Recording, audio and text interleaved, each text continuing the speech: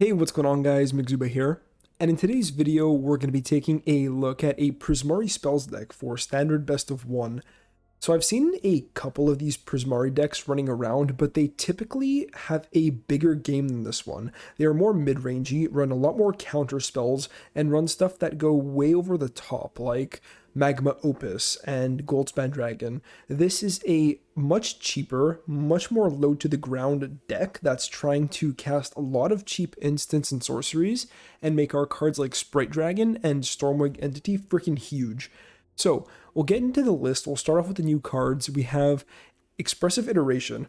Now, this is a really solid, like, turn 3-ish card. So, it's basically an Izzet at sorcery speed, which is a bummer, but it is what it is. And you get to look at the top 3 cards of your library, put one of them into your hand, put one of them on the bottom of your library, and exile one of them. You may play the exiled card this turn.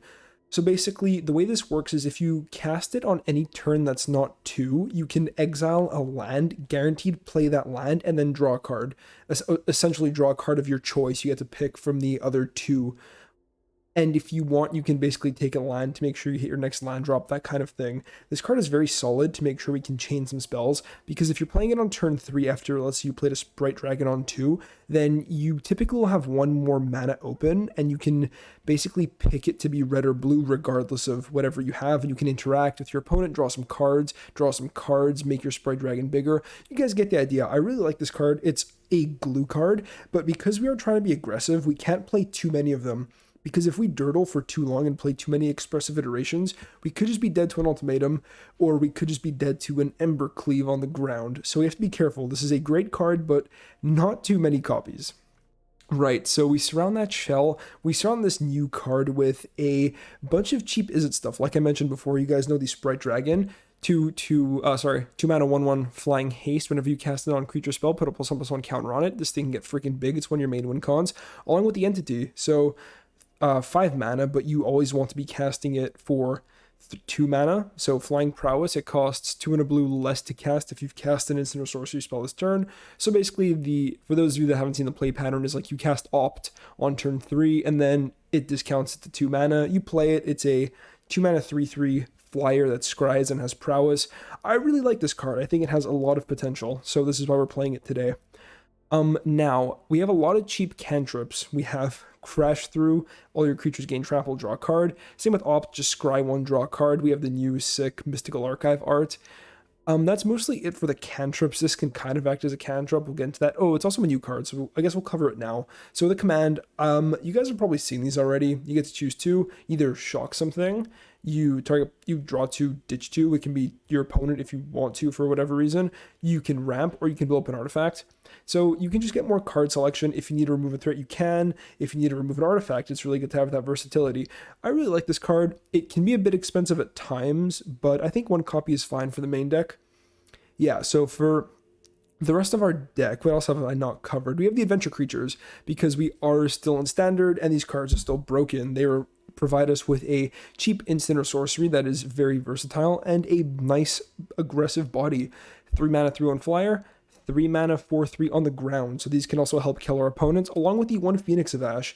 3 mana 2/2 flying haste, really solid, can pump mana into it to make it bigger. And the main reason it's here is the escape. There's still a lot of rogues in best of 1, and it's really good to have an escape card, and an aggressive one like Phoenix of Ash can really help winning against that deck. We have a dispute, because you typically leave up 1 or 2 mana to do stuff like Opt, Shock, Lofty Denial, whatever, and being able to hit a important spell from the opponent with the Mystical Dispute can be really solid. There's only one, so after you play the one, they might play around another that is never coming. What else do we have? I feel like that's pretty much it. We have Lofty Denial as our counterspell of choice. We are kind of a tempo deck, and we can mostly play at instant speed. I mean, not mostly, but we can play at instant speed. So if you can hold open this counter spell, which we have a lot of flyers. We have the Sprite Dragon, the Stormwing Entity, and the Brazen Borrower. If you could hold it open and make your opponent potentially have to pay 4, it's pretty much a counter all. But sometimes you just get someone trying to play on curve, like if you're on the draw against mono red and they're trying to play Annex on 3, you can Lofty Denial it. It's not a bad card in that respect either. Basically just kind of like a weird censor. A censor for flyers, if you will. Fire Prophecy, I actually like this more than Scorching Dragonfire. You can see it in a lot of my decks. It helps you cycle lands to the bottom, and I typically like to play a couple more lands than you probably should in these type of decks because of Fire Prophecy helps us get away with it. We are running 23, it says 21, but we have 2 of these lands to also act as a removal spell and a instant or sorcery spell to trigger Prowess or buff our Sprite Dragon. Yeah, so for the mana base, we got the Snarls, nice, most of the time going to be untapped aggressive dual land, really helps in this deck where you have a lot of 1-pip spells to cast, and a lot of 2-pip spells to cast. If you're casting this on 5, then it costs 2 blue, this is 2 blue, this is 2 red, so it's really good to have the flexibility of our mana. Aside from that, pathways and basics to make sure this enters untapped. No passages because we don't need them. Typically, we just want all our lands to be untapped 100% of the time, which is why we also play smashings. They can enter untapped. Anyways, guys, I feel like this intro was a little bit all over the place, but you guys have seen Is It Spells decks before. And if you like the deck, be sure to drop a like on the video. It will be down in the description as always. And consider subscribing. It motivates me to make more content. So that's going to be it for me, guys. Let's get into some games. Opponent will start. I mean, hand is okay. We have no actual spells payoffs, but we have some cantrips, some what can be counter magic, and some Bone Crusher Giants. So, good start. Ooh, apologize for the lag. Just give me a second on that. It'll be sorted out. We have untapped Snarl, which is good, and I think we just hold open Opt. I mean, we could have also played Crash through and just cycled it, but I like having the Scry at instant speed. Play draw is something that definitely will matter in this matchup, as we typically like to race mono red. Just chilling here and not being very aggressive isn't great. I think I'll take land. Land is good. And 3 Bone Crusher Giants is good. There's an argument for playing this in case we draw more Snarls and want them to enter untapped.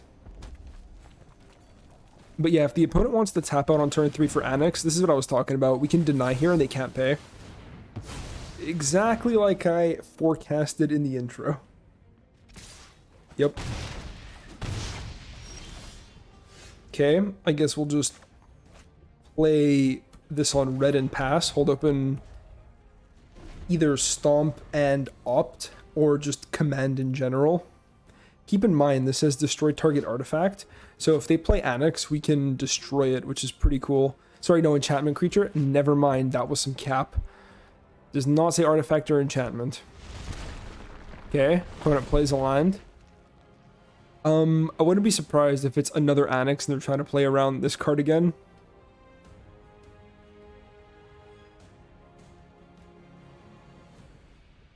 And the whole reason I'm thinking you can kill Annex is because you can Gem Raise, mutate, and kill an Annex, but yeah, Gem Razor's both. This is not both. Okay, so maybe they have a Cleave, and Cleave is an artifact, so we let them go to combat. If they want to cleave, I will let them cleave me, kill a thing, and kill their Cleave. Go for it. They definitely have Cleave. Bone Crusher Giant, eh? Okay.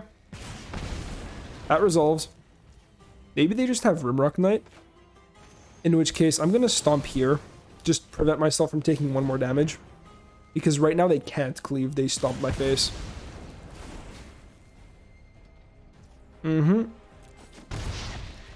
This might incentivize them to play a 2-drop, and they just pass turn. Alright, let's opt again. Try to get deeper into the deck.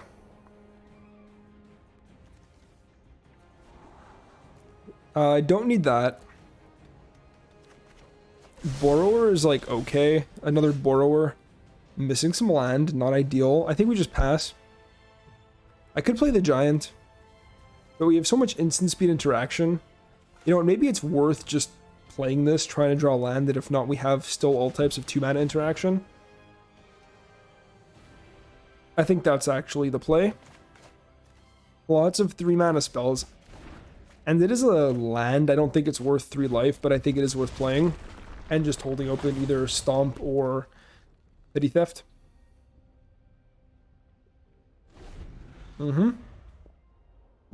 Opponent has something for 2 mana. Might be a Rimrock Knight. They play another Charger, that's fine. We have answers to these dorks, and they play a Bone Crusher Giant. Okay. I don't exactly want to bounce this. We're going to stomp it now. Start using these bone crushers. Okay. Snarl. Awkward. Okay. So we can take out Cleave. If this was a untap land, I'd feel a lot better about my play. I think we just have to play it instant speed and potentially kill an Ember Cleave because I think they have it. And we're playing a very defensive game against a very aggressive deck. Okay. Sure. That's fine. A-okay with me. Opponent goes to combat. We have 4 mana to interact. So how do we do it? I can ignore Cleave for now and just bounce it a million times. They might not even have it. So maybe we just Prismari command, shoot the Fireblade Charger, make a treasure, shoot the Intimidator on end step, and then potentially bounce a Cleave and trade Giant for Giant. Okay, I don't hate it. So we will deal 2 damage and make a treasure. Shoot you. I'll make my treasure. Lots of adventure creatures. We have Eldraine Tribal right here. Opponent will slowly chip me down. But it is mono red. It is what it is.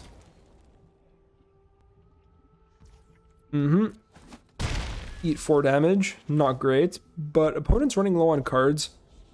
And we can stomp this Intimidator right now. It won't be able to grow past Bone Crusher size. If they have a Bone Crusher Giant and they stomp their own Intimidator, it's fine. Alright. And there's a Lofty Denial, which is a pretty cool draw. I still think we just play out the Giant. And then try to trade with their Giant. Hold open potentially Lofty Denial if they tap out for something. Or Brazen Borrower bounce. I also don't want to target this Bone Crusher Giant. Frostbite. That's unfortunate. I guess that could be what was holding priority all this time. If they draw land and try to cleave me, then I can deny the land. Or I could bounce the Bone Crusher Giant. Don't love this spot. I really don't. If I bounce the Giant, I take 2.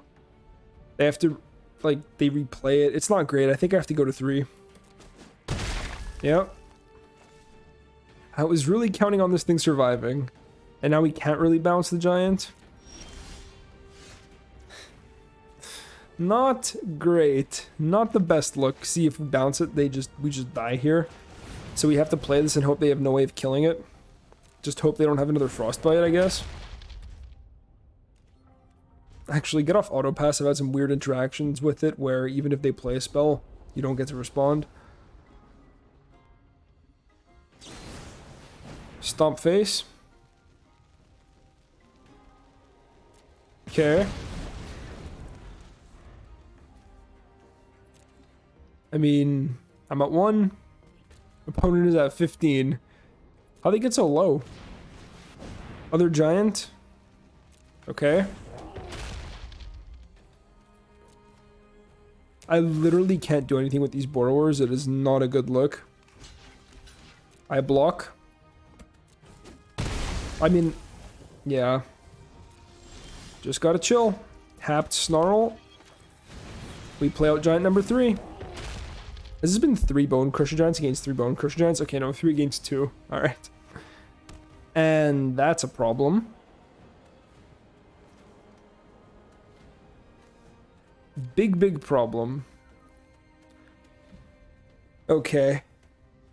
I kind of do hope they try to cleave me.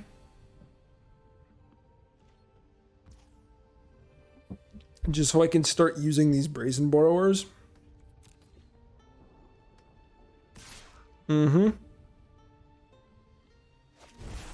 Cleave.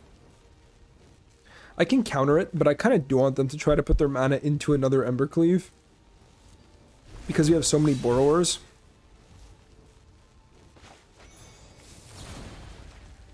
Alright, so they did have it. We did read that a while ago. See, the problem is we're dead to this Faceless Haven, so I really need to draw like a Fire Prophecy. Okay, not actually dead to Faceless Haven. So we gotta play this out and hope it trades with it. Alright. 4th Bone Crusher Giant coming through. So opponent has Torbran. That's actually completely fine. We take these. I think we have to start getting aggressive. So we'll play out Borrower. Good draw. Very good draw. So if we bounce it, we have 4 mana up. Yeah. We can shoot this with Fire Prophecy. If they recast Torbran, we can bounce it again. We can counter Cleave, hopefully, because we can start getting aggressive. Alright. Opponent not dead next turn, but dead if we can manage to sneak Borrower onto the field. Alright. And they animate Haven.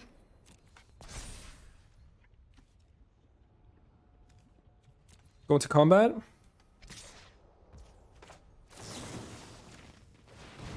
I shoot Faceless Haven. I mean, forcing me to use the Prophecy is good. But I think we do want both of these cards, so decline. And that's it. We drew Bird. That's game. Whew, we did it, guys. Oh man, that was a close game. We managed to turn the corner, but geez. Man, I like this deck. I just think it's so much fun. Okay, not the most aggressive hand, but has good creatures and a counter spell. So we will play Snarl just to have an untapped land, maybe dispute something, I don't know. Okay, good draw. We'll get in there.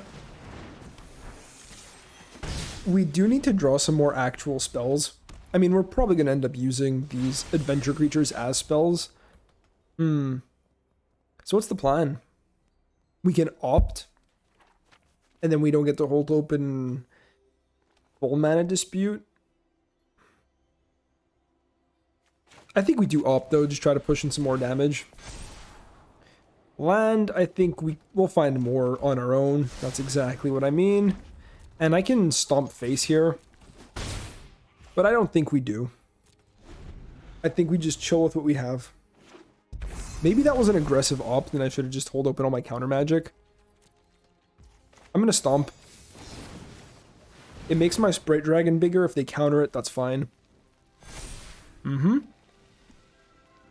If not, they give me an actual threat that they have to respect later. Test of Talents, I mean, that counter stomp, they don't actually get to search my library for any more stomps. So, second Sprite Dragon, or do we just, I think we just chill attack and threats into Flash in a Borrower. If I had another blue instead of another red, we'd be chilling. We could use Flash in Borrower and have Dispute up. But yeah, now opponent knows we have Dispute, so it's less good. We still try to get this down. If they saw it coming, it's fine. Opt.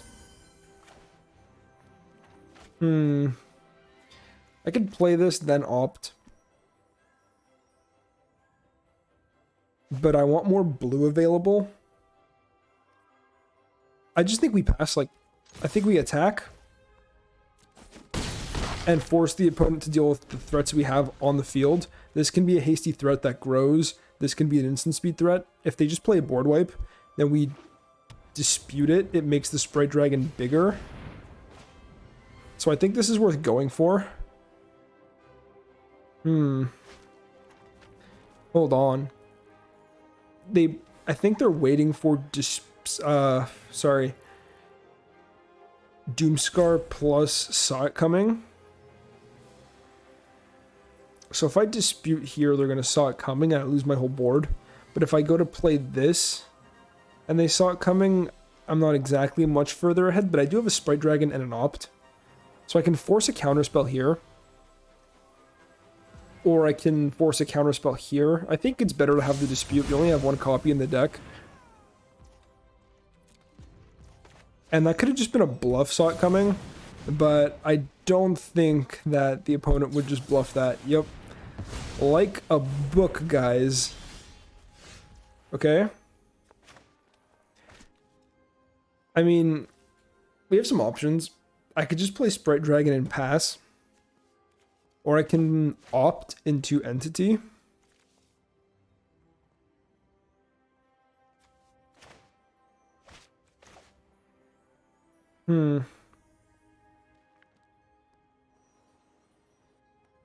Let's get Entity down. Too slow. Another opt, okay. I think if they just want to deal with this, I think that's fine. A shock? That's interesting. This, so I can make it 4 damage here. This can be 5. I don't think shock's good enough in this spot. I think we need, like, expressive iteration. But I don't hate it, right? Like, if we draw another shock off the top, it's okay. Yeah, the fact that this isn't blue is just an annoyance. They can ECD this, which is a problem. Divide by 0. Okay, back to the hand. You. And they grab Environmental Sciences, heals them, gets them a land. Okay, opponent taps out, which is not the worst thing in the world. And we draw a shock. So, Sprite Dragon and then shock. Oh, they're Jeskai, okay. Or shock into Entity. I think I'm going to go for this play this time. Just pushing some more damage. Now hold open, either Dispute or Opt. But I also kind of want to opt on my turn to be able to cast the Entity on the cheap. We are really leveraging this Dispute. Okay, opponent foretells.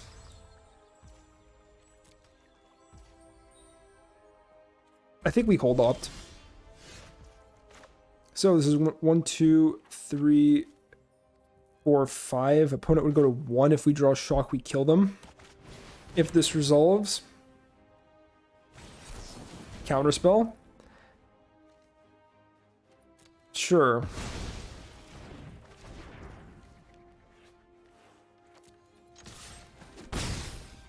I think that's fine. I think if they're countering my Sprite Dragon, we're A-okay. Alright, I wonder what the red's for. Is this... It's not Jeskai Ultimatum, because they need 3 red for that. Okay, we're still gonna hold this open. There's an opt. I think we main phase this. See what we find. Don't want more red land. Blue land is better than red land. So let's go.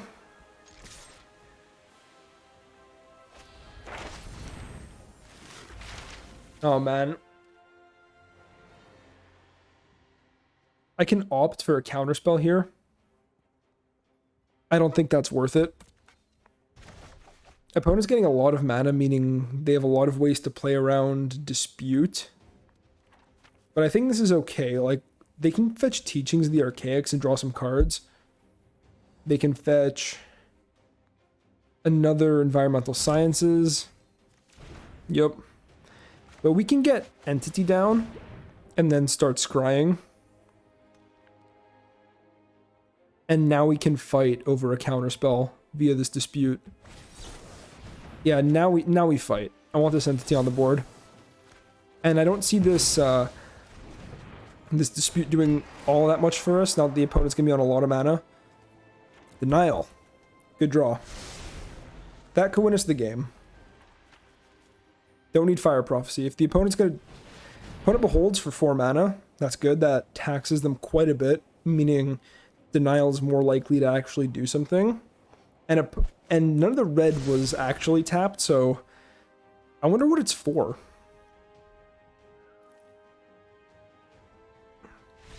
And opponent scoops it up. Alright, so they can't deal with the Entity. See, this is what I mean. We just pace our threats so carefully. We have a couple counterspells here and there. And I'm assuming they're going to deal with this, right?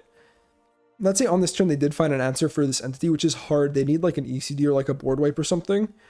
Then we can play Sprite Dragon. opt and then maybe hit something else, so we at least hit them for 2 and then counterspell backup. It's not even horrible. I don't know. It's a pretty solid deck. Yeah, hand is good. On the draw again though, which is starting to get annoying. Red. Okay, well, we know how we do against red, especially when we draw these cards. And Ember Cleave removal, which is nice. Okay, interesting. Something held priority there. That's frustrating. Steals a Stormwing entity. Alright, cool. Play draw, guys. Play draw, I'm telling you. It makes a huge difference. Alright. Opponent wants to attack. I do not want to give them access to this entity. They can play like a Rimrock Knight, pump this thing through the sky, and then get a free flyer that is going to get bigger whenever they cast something. Like, no thank you. I'm good.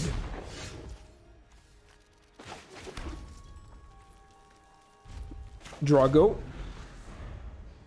As we attempt to play it. I think I could take some damage here. I'm probably going to play Brazen Borrower.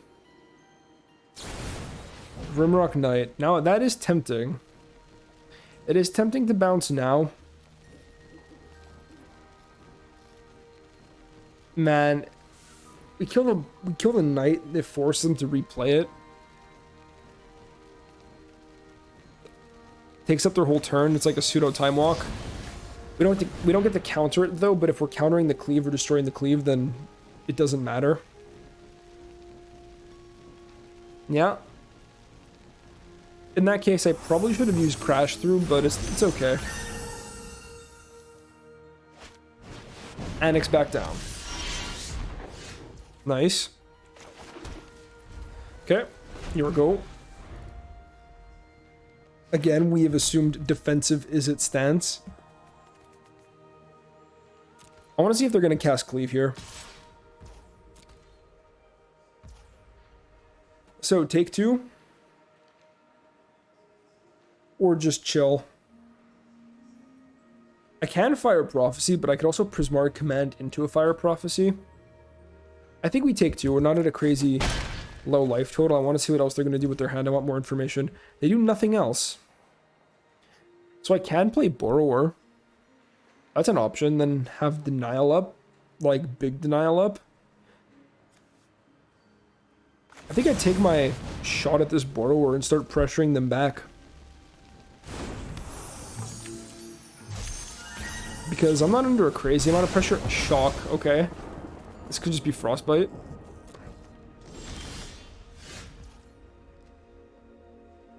Opt can help find land, but I don't think that's worth it. I could just cantrip here, but I kind of like holding open everything. Holding open these two is nice. Opponent does have 5 mana. But we can also command into a prophecy if need be. These castle. Is castle holding priority? Yes, it is. So they might not have something like Bone Crusher Giant. And again, I find myself very high on gas and very low on lands. Well, I guess we only have 1 less than our opponent does. But yeah, the adventure creatures really do help with keeping up. Although having access to this entity would be huge. Just like Crash Through entity, it's so good. I wonder what the opponent's thinking about. I mean, it's your call, man. It's all you. I pass. I give you priority. Land 6, so this thing is never gonna hit. Got it. Do I take more damage from this thing? I don't think so. I'm gonna shoot it now.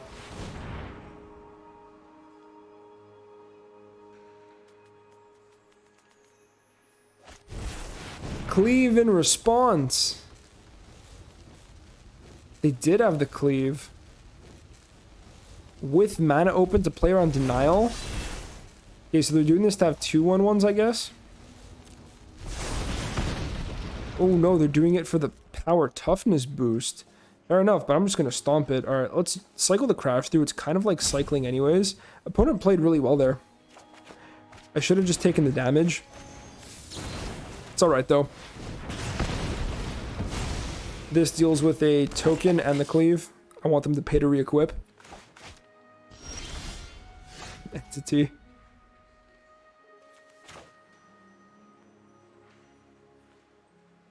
How I could be really aggressive with this command, like very aggressive, and play it now, blow up one of these 1/1s and cleave. Oh no, I can't, because that would be okay. I was gonna say if I was considering making the treasure as well. I think we just passed now. Okay, cool. No problem.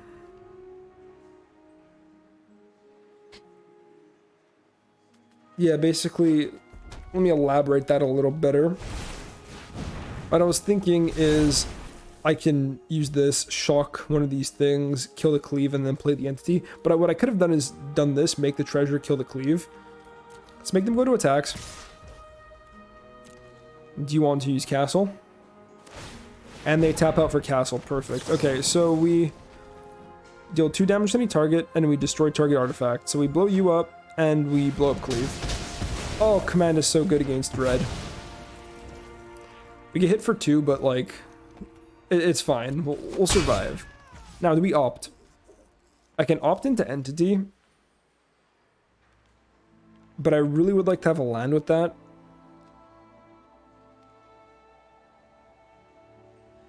I could also fire prophecy into entity. I think we just pass.